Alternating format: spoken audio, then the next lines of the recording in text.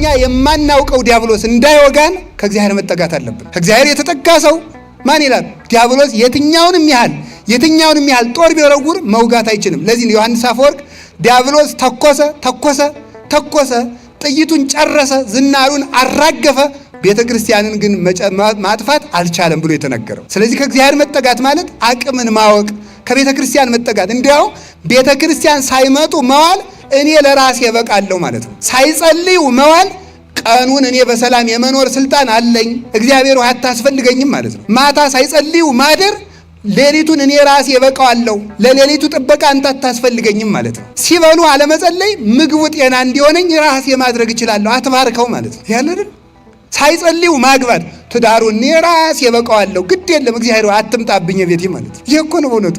እግዚአብሔርን ጥግ ያደረሰው ሰው ግን ያልፋል። እንዲያውም እኮ በዱዲያኖስ ዘመነ መንግስት የዱዲያኖስ ኃያላን የሆኑ ክርስቲያኖችን ድንጋይ እየወረወሩ ሲመቷቸው ወይ ክርስቶስን መርጣችሁ ሙቱ ወይ ደግሞ ክዳችሁት ደግሞ ምን አለ ሕይወትን ምረጡ አሏቸው።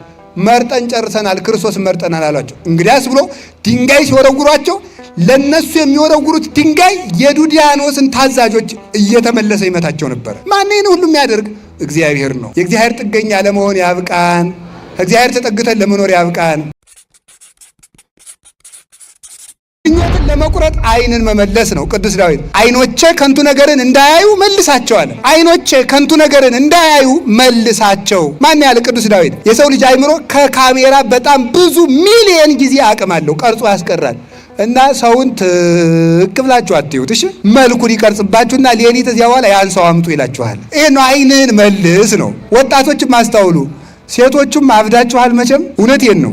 ጨርቃችሁን እያሳጠራችሁ ራቁታችሁን ፎቶ እየተነሳችሁ ልቃላችሁ። ወንዱ ዓይኑን አፍጥጦ እዚያ መሆን። አሁን እኮ እንኳን ጻድቅ ወንድ ጀግና ወንድ እንኳን አናገኝም። ወደፊት ጅላጅል ነው ዝም ብሎ ማለት አልቋል።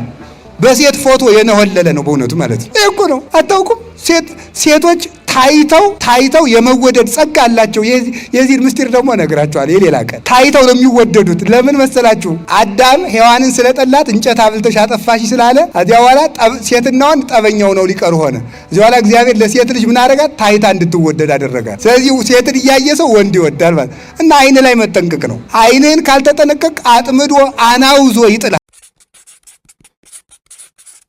ጽድቅ መስራት እንኳን ባይሆንልኝ እግዚአብሔር እንዳይሰደብ ብለን እንኳን መልካም መሆን አለብን በእውነቱ ማለት ነው።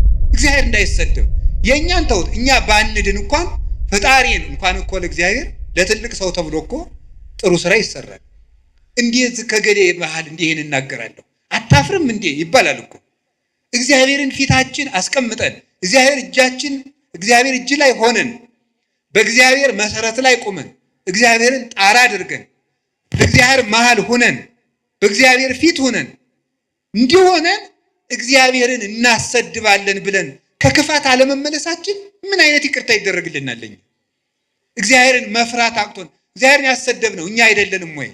ያስደፈርን እኛ አይደለንም ወይ? ቤተክርስቲያንን ያስደፈርን እኛ አይደለንም ወይ? ምን አድርገን በሉኝ?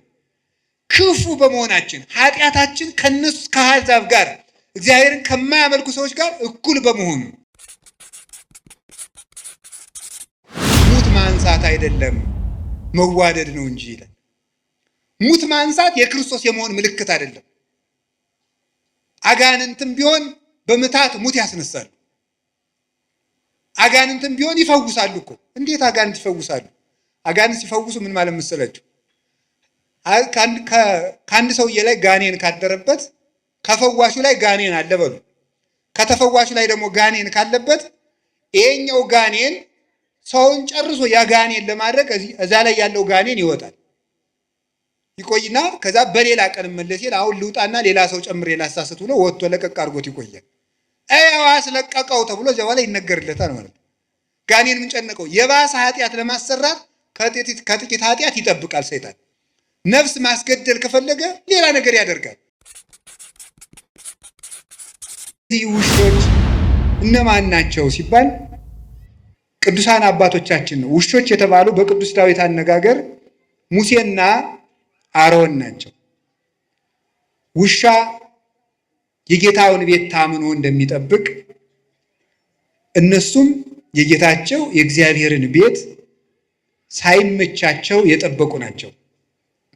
ውሻ ሰው ባረፈበት ሰዓት፣ በማይመች ሰዓት በሌሊት ጦር ይወረወርበታል፣ ድንጋይ ይወረወርበታል፣ ሌላም ነገር ይደረግበታል። በዚያ ሰዓት ግን ለሰዎች ቤዛ ሆኖ መከራ እየተቀበለ ሲጮህ ቤት ሲጠብቅ ለሰዎች እረፍት ሰጥቶ ያድራል።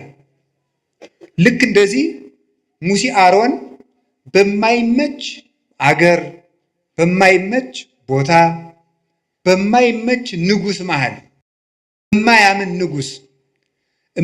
ንጉሥ ብቻ አይደለም፣ የሚያምኑት ሲወለዱ ወንዝ የሚወረውር ጨካኝ ንጉሥ ባለበት ጊዜ የእግዚአብሔርን ብርሃን በስጋቸውም በነፍሳቸውም ይዘው ለጨለመበት ሕዝብ ያበሩ የነበሩ ለጌታቸው የታመኑ ናቸው።